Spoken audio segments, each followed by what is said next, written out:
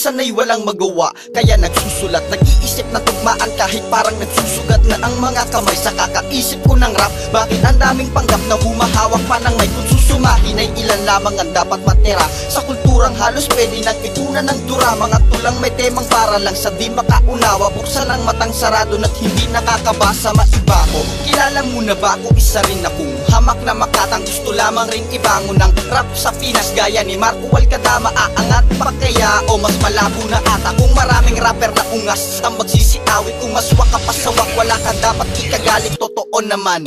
Kung hindi ka makatulong, makupo na lang. O baka kulang na sa tulog, baka kulang na sa mungog. Mag-ingat baka mabubuga, saka na mag-angas kung talagang merong ibubuga. Gusto kong malaman yun nila, ikaw mali yan. Huwag kang masakta kung di ka binanggit.